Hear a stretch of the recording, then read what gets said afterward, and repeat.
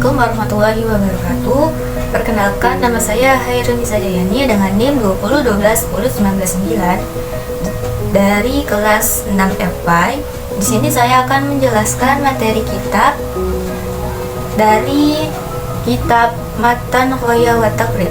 Saya akan menjelaskan materi tentang kitab pembebasan budak. Kitabul Adki. Wayasihul itqu min kulli maliki jaizi tasarrufi fil milkihi wa yaqahu bisarihil itqi wal kinayati ma'an niyati wa idha taqabata ahli ataqa alaihi jami'u wa in ataqa syarikan lahu fi abdi wa huwa musiru sara itqu ila bakihi wa kana alaihi kimatu nasibi syariki wa man malaka wahidan min walaihi aw mauludihi ataqa alaihi. Bagian pembebasan budak. Pembebasan budak sah dilakukan oleh orang yang sah kepemilikannya. Pembebasan menjadi sah dengan menggunakan kata pembebasan yang jelas atau dengan kata sindiran yang disertai dengan niat. Apabila seseorang memerdekakan sebagian dari diri budak, maka seluruh diri budak menjadi merdeka. Apabila seseorang memerdekakan bagian yang dimilikinya dari seorang budak yang dimiliki oleh dua orang atau lebih, sedangkan ia adalah orang yang kaya, maka pembebasan itu berlaku pada sisi diri budak dan ia wajib mengganti harga bagian diri budak yang dimiliki oleh perseronya. Barang siapa yang memiliki budak yang berupa salah satu kedua orang tuanya atau anak-anaknya, maka budak menjadi merdeka karena dia memiliki mereka.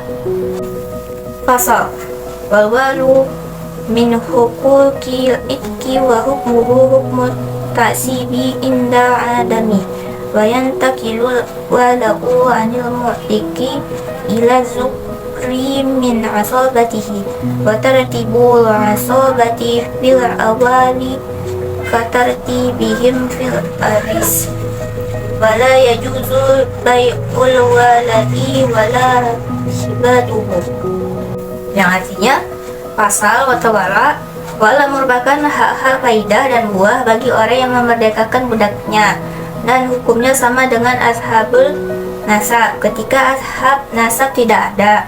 Wala berpindah dari orang yang memerdekakannya kepada golongan laki-laki dari ashabahnya. Urutan-urutan ashabah dalam wala adalah seperti urutan ashabah dalam ilmu waris. Menjual dan menghibahkan wala tidak diperbolehkan.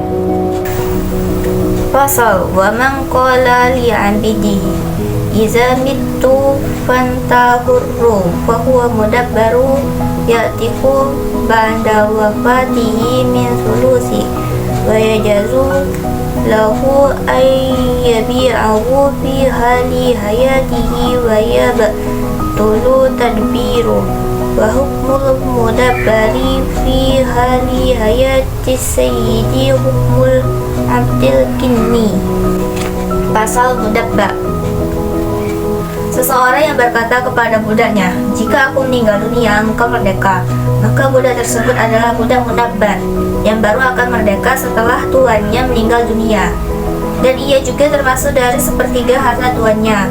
Tuannya boleh menjual budak tersebut ketika ia masih hidup. Dengan demikian, pemberian kemerdekaannya menjadi batal. Hukum budak mudabbar ketika tuannya masih hidup sama seperti hukum budak biasa. Pasal wal kitabatu mustahajjatu iza asa'alaha abdu wa kana ma'munan muktasiba wa la tasihu illa bimali ma'lumi wa yakunu mu'ajjala ila ajalin ma'lumi aqullahu najmani wa hiya min jihati sayyidi la zimatun wa min jihatil mukattabati jaizatu walahu fasah kuha mata syai'a walil mukatabati tasarrufu bima fi yarihi minal mali wa yajibu ala sayyidi an yada'u anhu min mali kitabati ma yasta'inu bihi ala adai nujumi kitabati wa la yatiku illa bi adati jami'il mali. Pasal mukatab. Kitabah permohonan budak untuk mengkredit kemerdekaannya dengan 2 kali angsuran atau lebih dalam jangka waktu tertentu. Disunahkan ketika budak itu telah memintanya dan budak tersebut adalah budak yang dapat dipercaya dan mampu bekerja. Kitabah tidak sah kecuali dengan harta yang telah ditentukan dari pembayarannya secara bertahap dalam tempo waktu yang telah diketahui, paling sedikit 2 angsuran. Kitabah dari pihak tuan itu hukumnya tetap, tidak dapat dibatalkan. Sedangkan dari pihak budak yang diberi kitabah itu tidak tetap. Maka bagi budak yang diperbolehkan membatalkan kitabah kapan saja. Budak mukatab berhak mempergunakan harta yang dimilikinya. Diwajibkan bagi sayyid menurunkan harta kitabah yang diterima dari budaknya sebagai pertolongan untuk memenuhi angsuran kitabah. Dan budak mukatab tidak merdeka kecuali sesudah memenuhi seluruh harta kitabah.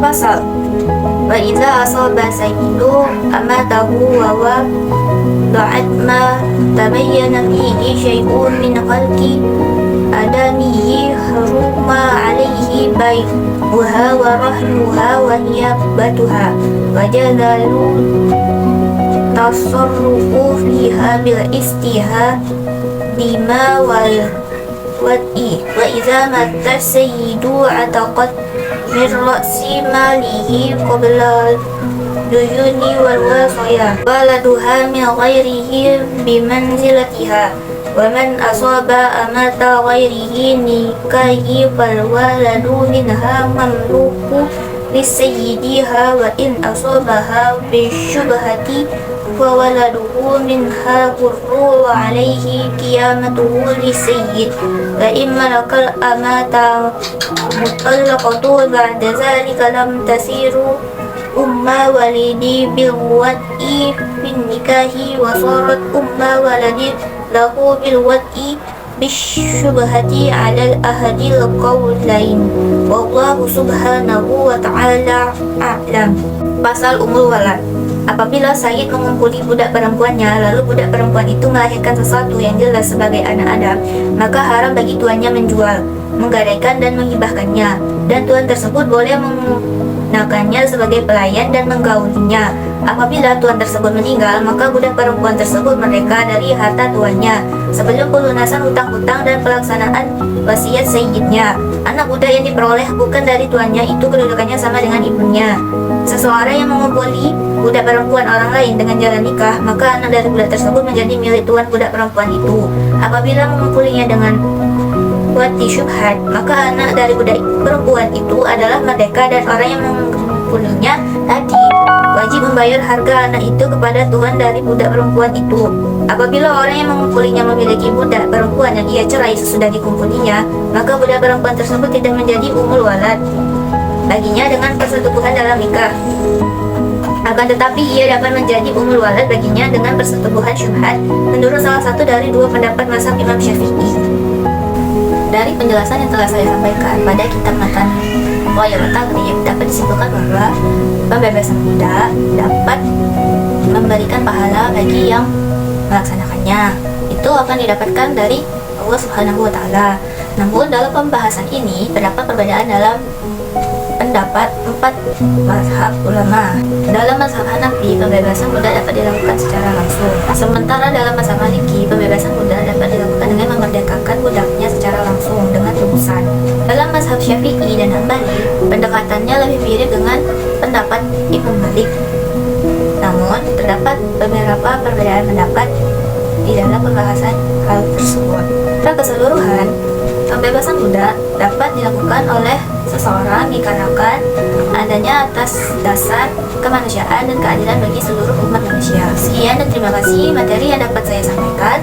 Lebih dan kurangnya saya mohon maaf. Wabillahi taufiq wal hidayah. Wassalamualaikum warahmatullahi wabarakatuh.